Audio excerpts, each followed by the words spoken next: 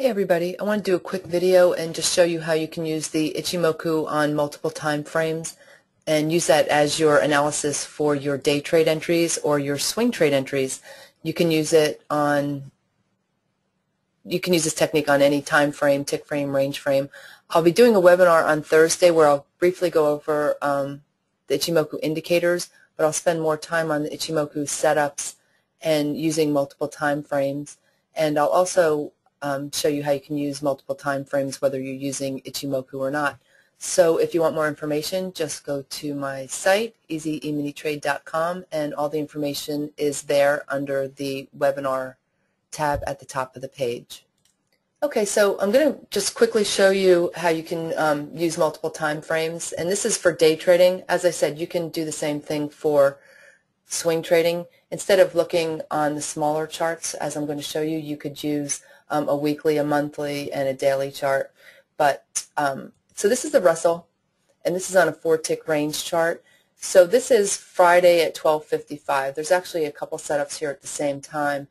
We have a Chico line breakdown, and if you don't know much about the Ichimoku, at the time that this bar here was breaking this area of support, so was this Chico line, and that is a nice entry that we like to use for the Ichimoku using the Chico line breakdown or breakout. Also at the same time we have a counter channel sell setup. So in looking at this, we know that we've got a floor trader pivot area below us here at 53.50, but how you could determine how much room you have in the way of this trade, how much room you have below you, is you can look at multiple time frames. So as I said, this is a 4-tick range chart, and here are the Ichimoku indicators on a 2-minute chart up here to my left, 5-minute below that, a 15-minute. You can use a 10-minute, a 12-minute, whatever you like. Here's a 30-minute and a 60-minute. So when day trading, realistically, you would probably just look at like a 2-minute, 5-minute, and 15-minute. You probably would not worry too much about the 30 or 60, but you could use them all. So the entry that I just showed you on the 4-tick range chart, when we now look at it on a different time frame, multiple time frames, this would be the bar that was setting up on the 2-minute chart. So if you use the Ichimoku, you can see that we are below the cloud. The Chico line is below price, and at the time the Chico line was forming back here, right here. So you can see it's below the cloud and it's below price. And now when you look at it on the 5-minute chart, you can see that the price bar that's forming as we're getting in off that 4-tick range chart, you can see the bottom part of the cloud right below us here, which often holds as support and resistance. So that's right at 1154.70. The area that you would be looking to take your entry here under this bar off the 4-tick range chart for the two setups that I mentioned, either a Chico line breakdown or a counter channel setup, would be 1155.20. So if you get in at 1155.20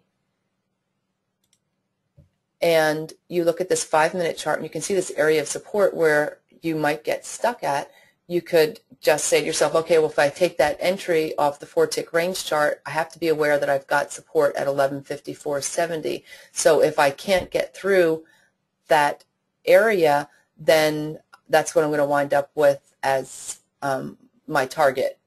But obviously, if you can get through the area, then you can look for bigger targets. So you can see that it did manage to get through the cloud here.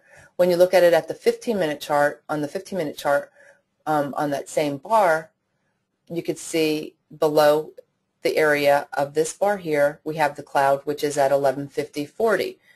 Then on the 30-minute, 1149.60, and on the 60-minute, we've got this Kijun line, which is this pink line here, which often acts as support and resistance, and that's at 1152.90. Now, like I said, taking an entry off a smaller chart, you really don't even have to look at the 30 or 60. You could just use the 2, 5, and 15 if you like. So you take the entry, and again, you're being aware of the 54.70 area. Once you get through that, then you could then take your first target, move your stop to a tick better than your entry, and then try to trail for a runner. And you can trail off the smaller entry chart that you use. So once you get through this 5470 area, the next area that you'd likely be thinking about is this Kijun line on the 60-minute. Again, you don't have to use the 60 for taking entries off a small chart, but this is a great example. So if you get through the 5470 area, the next area that you would be looking at is the 5290 based on this Kijun line here. Then once you get through that 5290, the next area that you would be looking to get to would be the top cloud area on the cloud of the 15-minute chart, which is at 5040. Then if you can get through that, then you are looking at this 4960 area, the top part of the cloud on the 30-minute. Or if you're just going to stick to the 15 as your highest time frame that you're looking at, then you would look at the top cloud at 5040, and then you look at the lower part of the cloud here at, let's see what that is, I can't see past that, is 4980. And then if you can get through the 4980, then it's clear air below, nothing to hold you up until you likely hit the previous day's close, which is right here on this 2-minute chart.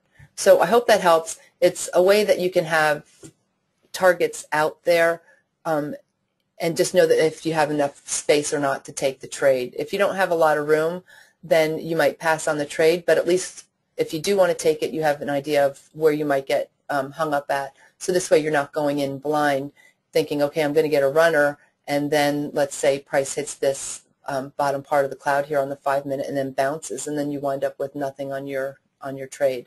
So I hope you find that helpful, and if you have any questions, feel free to shoot me an email, and hope to see you on Thursday.